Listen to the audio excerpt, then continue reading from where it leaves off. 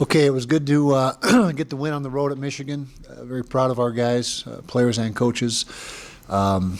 Defense played exceptionally well. Special teams was very good. Offensively, weren't as productive as we'd like to be, but we took care of the football. Just turned it over the one time, and that was probably the biggest stat in the game is the turnover margin, 4-1, +3 for us, which our chances historically are very good anytime we're on the plus side of the turnover margin. So proved to be the case again.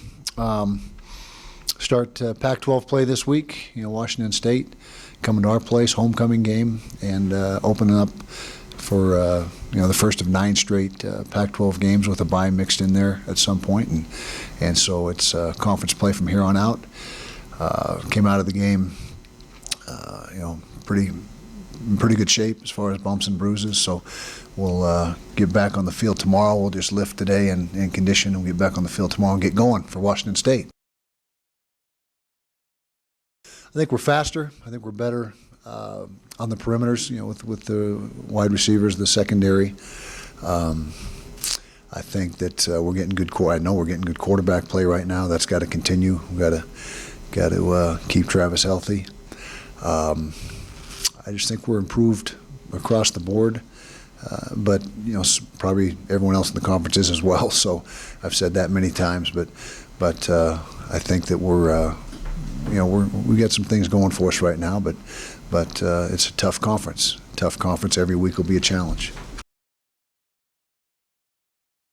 Yeah, that was quite a hitting talk, he'll be playing this week. He's a tough kid. He'll be the first to tell you. It needs to use a little better judgment in some cases, but he's a tremendous competitor and exceptionally tough, and he's very smart. Just didn't use the best judgment on that one isolated play. Yeah, well, it's not entirely about Pac-12 play. I mean, the entire schedule is important to you, but as far as conference championships and having the opportunity to vie for those, you got to do well in the conference, and so it's and it's the last couple of years. Well, I guess maybe it hasn't been. Well, this year it's all compartmentalized. First 3 non-conference games followed by the entire Pac-12 schedule. But yeah, that's we're in the. You want to win the conference you're in. You want to do well in the conference you're in, and so to answer your question, yeah, Pac-12 play is very, very important to us. That kind of impact, I can't say as we were expecting that, but we know he's a good football player, and we know he's a playmaker. We know he plays with a passion.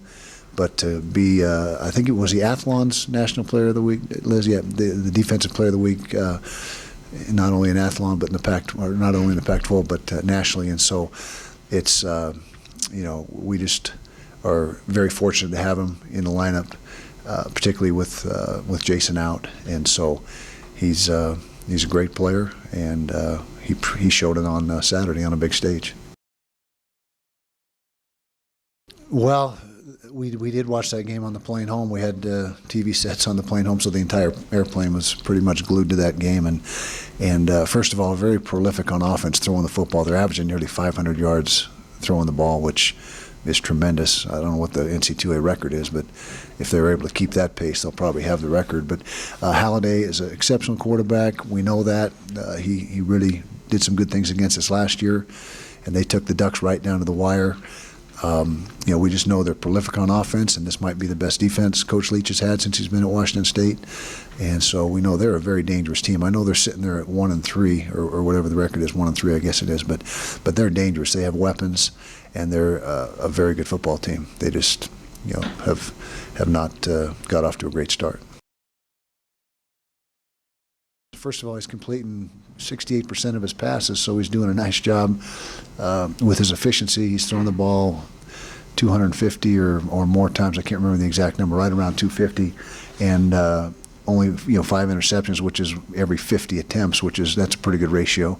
And he's spreading the ball around. They have their top 5 reception leaders are all wide receivers. It's a spread offense. They don't use a tight end. It's going to be 4 wide receivers on the field virtually the whole game. And so they've got I think four guys with 20-plus catches or thereabouts so far this season, and so he does a good job distributing the football to all his weapons, and excellent. Gets the ball exceptionally quick. Tough to get to him because the ball comes out of his hand so quick, and he makes such quick reads. Same problem we had with him last year. He's right up there towards the top. I mean, it's we'll probably be able to give you a better idea after we've gone through the whole season and seen him again. Each week that we compete against him. But I can tell you right now that he's a perfect fit for Coach Leach's scheme and what he's doing, and has really flourished in that scheme. And they've certainly made him a better player, and he's progressed, each year. Since Coach Leach has been there, and really you can see it throughout the course of the season. It started with Coach Leach's first season, where you could see how Connor just mature and develop as the season went on. Yeah, I think all three position groups are playing well. The secondary, the linebackers, and the front. And there is no real weakness right now. We're getting good pressure on the quarterback with mostly four-man rush. We are mixing in some zone blitz, but not maybe as much of a dose as we have in years past. So we're getting tackles for loss and sacks from the front, tackles from the linebackers, and good coverage in the man situations and the zone drops, and then the secondary seems to be covering much better this year, and not that we were bad coverage guys last year, but we're making more plays back there, more pass breakups, and we got the 3 interceptions on Saturday, which really helped our cause.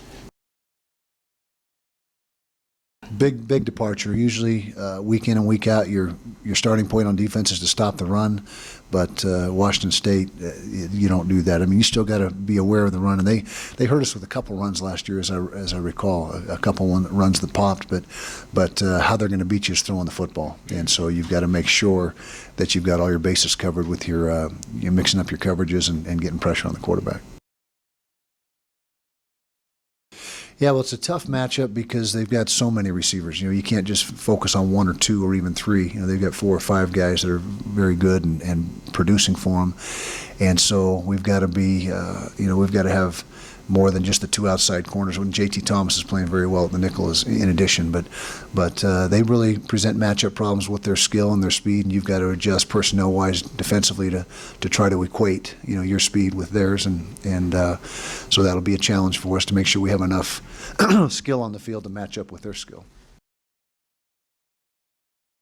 Yeah, it is tough, and it's very balanced, and there is no week. There is not a week where you can say, okay, this should be a gimme. It's just not. That's not the case, and this is our 4th season going through it, and so we're used to it. And you got to be ready to play every week. There can be no letdown in any way, shape, or form in any aspect of your team, or you're going to struggle. And so we've got to be hitting on all cylinders every single week for 9 weeks with the bye mixed in.